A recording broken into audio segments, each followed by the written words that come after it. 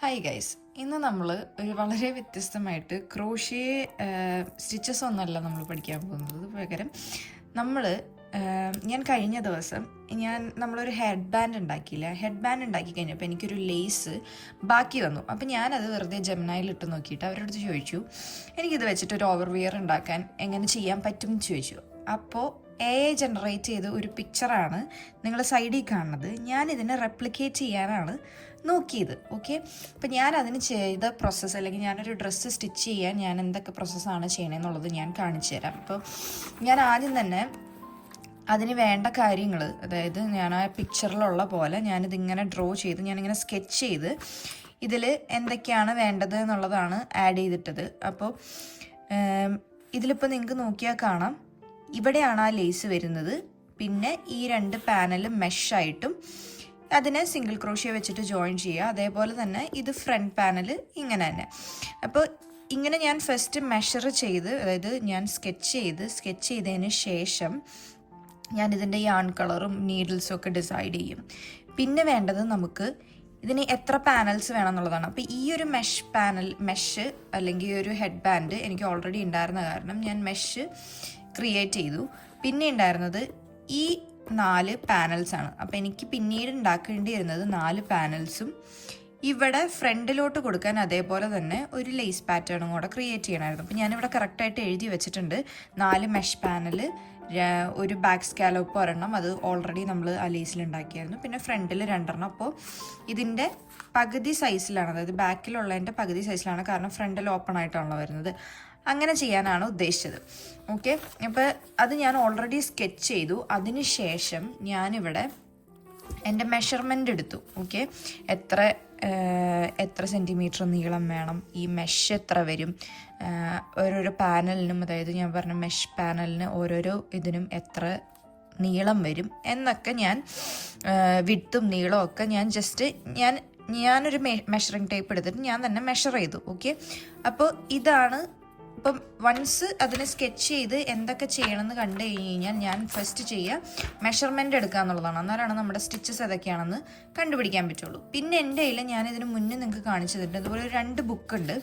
അതിൽ ഇഷ്ടം പോലെ പാറ്റേൺസും ഉണ്ട്. ഓക്കെ, നിങ്ങൾക്ക് ബുക്ക് വേണമെന്ന് നിർബന്ധമില്ല. നിങ്ങൾക്ക് ഓൺലൈനിൽ, അതായത് യൂട്യൂബിൽ തന്നെ അടിച്ചു നോക്കി കഴിഞ്ഞാൽ ഇഷ്ടം പോലെ സ്റ്റിച്ചസ് കാണാൻ പറ്റും. ഇതിൽ കണ്ടോ, ഇങ്ങനെ ഒരു സ്റ്റിച്ച് ലൈബ്രറി ഉണ്ട്. ഇതിൽ നിന്ന് ഒരു സ്റ്റിച്ച് ചൂസ് ചെയ്യുക എന്നുള്ളതായിരുന്നു നെക്സ്റ്റ് എൻ്റെ ജോലി. അപ്പോൾ എനിക്ക് മെഷാണ് വേണ്ടത്. അപ്പോൾ ഇതിൽ കുറേ പാറ്റേൺസ് ഉണ്ടായി. ഞാൻ ചൂസ് ചെയ്തത് ഈ ക്രോഷ്യ ട്രെല്ലിസ് എന്ന് പറഞ്ഞിട്ട് ഒരു ഈസി പാറ്റേൺ ആണ് ഞാൻ ചൂസ് ചെയ്തത്.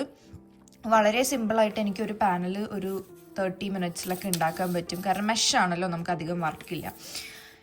വൺസ് ഇത് ചൂസ് ചെയ്ത് കഴിഞ്ഞിട്ട് ഞാൻ ഇതിൽ പറഞ്ഞിരിക്കുന്ന പോലെ തന്നെ 4 മെഷ് പാനൽ, ഒരു ബാക്ക് സ്കാലോപ്പ്, 2 ഫ്രണ്ട് സ്കാലോപ്പ്, ഇത്രയും ഉണ്ടാക്കി ഇതിനെ ജോയിൻ ചെയ്യാന്നുള്ളതായിരുന്നു എൻ്റെ ജോലി. അപ്പം നമ്മൾ ചെയ്തപ്പോൾ ഇതിന് എത്രത്തോളം ആയിട്ട് സാമ്യമുണ്ടെന്ന് നോക്കാം. ഞാൻ ചെയ്ത് വന്നപ്പോൾ ഇതാണ് ഇതിൻ്റെ ഫ്രണ്ട് പോർഷൻ വരുന്നത്.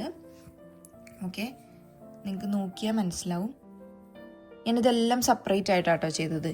ഇതൊരു പാനല്, ബാക്ക് സൈഡിൽ നോക്കിക്കഴിഞ്ഞാൽ ഇവിടെ 2 പാനൽ. ഈ 2 പാനലിന് ഞാൻ ഫസ്റ്റ് ഇതിലോട്ട് ജോയിൻ ചെയ്തു. അതായത് ഇതാണ് ഞാൻ ലേസ് ഹെഡ് ബാൻഡിന് വേണ്ടിയിട്ട് ഞാൻ ആദ്യം ഉണ്ടാക്കിയൊരു ആ സെയിം പാറ്റേൺ ആണ്, അത് വെച്ചിട്ടുണ്ടാക്കിയ ഒരു ലേസ്.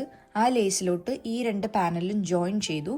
ജോയിൻ ചെയ്യാൻ ഞാൻ ഉപയോഗിച്ചത് ജസ്റ്റ് സ്യൂ ചെയ്ത് വീവിൻ ചെയ്തിട്ടാണ് ഞാൻ ഇൻസേർട്ട് ചെയ്തത്. എന്നിട്ട് ഇതിൻ്റെ രണ്ടിൻ്റെ ഇടയിൽ ഗ്യാപ്പ് ഉണ്ടല്ലോ, അതായത് ഞാൻ ഇവിടെ എടുത്തത് ഇതിലും 16 സെൻറ്റിമീറ്റർ വെച്ചിട്ടാണ് എടുത്തത്. പക്ഷേ എനിക്ക് ടോട്ടൽ 35 സെൻറ്റിമീറ്റർ വേണം. അപ്പോൾ എനിക്കൊരു 3 സെൻറ്റിമീറ്ററിൻ്റെ കുറവ് ഈ ഒരു എൻ്റെ ബോഡിക്ക് വേണ്ടതിന് കുറവുണ്ടായിരുന്നു. അപ്പം ഞാനത് ഈ സിംഗിൾ ക്രോഷ്യ വെച്ചിട്ട്, അവിടെയാണ് ഇതൊക്കെ സിംഗിൾ ക്രോഷ്യയാണ് കേട്ടോ, സിംഗിൾ ക്രോഷ്യ വെച്ചിട്ട് തന്നെയാണ് ഞാനിത് ജോയിൻ ചെയ്തത്. എന്നിട്ട് ഇതുപോലെ ഈ സെയിം ലേസിൻ്റെ തന്നെ ഫ്രണ്ടിലോട്ട് ഇടാൻ വേണ്ടിയിട്ട് എനിക്ക് 2 ചെറിയ, അതിൻ്റെ പകുതി സൈസിൽ 2 ലേസ് കൂടെ ഉണ്ടാക്കി അതിലേക്ക് ഈ പാനൽ അറ്റാച്ച് ചെയ്തു. അപ്പം ഞാൻ അതവിടെ ഫ്രണ്ടുമായി ബാക്കുമായി. പിന്നെ ഉള്ളത് എനിക്ക് സൈഡ് ജോയിൻ ചെയ്യാന്നുള്ളതാണ്. സൈഡ് ജോയിൻ ചെയ്യാൻ ഞാൻ ചെയ്തത്, എനിക്ക് എത്രത്തോളം കൈയുടെ നീളം വേണോ, വീതി വേണോ, അത് വിട്ടിട്ട് അതുവരെ ഞാൻ ഈ 2 പാനലുമായിട്ട് സ്റ്റിച്ച് ചെയ്ത് പിടിച്ചു. ഇങ്ങനെയാണ് ഞാനിത് ഉണ്ടാക്കിയത്. ഈ ഒരു പാറ്റേൺ ജസ്റ്റ് സിംഗിൾ ക്രോഷ്യ വെച്ചിട്ട് തന്നെയാണ് ഞാനിതിവിടെ ജോയിൻ ചെയ്തിരിക്കുന്നത്. അത് ആ ഒരു എൻഡ് ഭംഗിയായിട്ടിരിക്കാൻ വേണ്ടി ചെയ്തു എന്ന് മാത്രമേ ഉള്ളൂ, നിർബന്ധമൊന്നുമില്ല. പക്ഷേ എനിക്ക് തോന്നുന്നു ഞാൻ ആ എയുടെ ഏകദേശം സൈഡിലൊക്കെ വന്നിട്ടുണ്ട്. ഇവിടെ ബട്ടണൊക്കെ പിടിപ്പിക്കാനുണ്ട്, അതൊക്കെ ഞാൻ ചിലപ്പോഴേ ചെയ്യത്തുള്ളൂ, എൻ്റെ കയ്യിൽ ഉണ്ടായിരുന്നില്ല. ഫ്രണ്ടിലോട്ട് ഞാൻ ബട്ടൺ ഫിക്സ് ചെയ്യാൻ ഉദ്ദേശിച്ചിട്ടില്ല. പക്ഷേ ഇതാണ് ആ ഒരു ഓവർവ്യൂ. നിങ്ങൾ നോക്കിയിട്ട് പറയൂ, നിങ്ങൾ കമ്പയർ ചെയ്തിട്ട് പറയൂ എന്തൊക്കെ മാറ്റങ്ങളാണ് ഞാൻ ഇതിലേക്ക് കൊണ്ടുവരേണ്ടത്, എത്രത്തോളം ഇത് ശരിയായി. സംഹൗ അതിൻ്റെ ഏകദേശം ഒരു രൂപത്തിലോട്ട് എത്തി.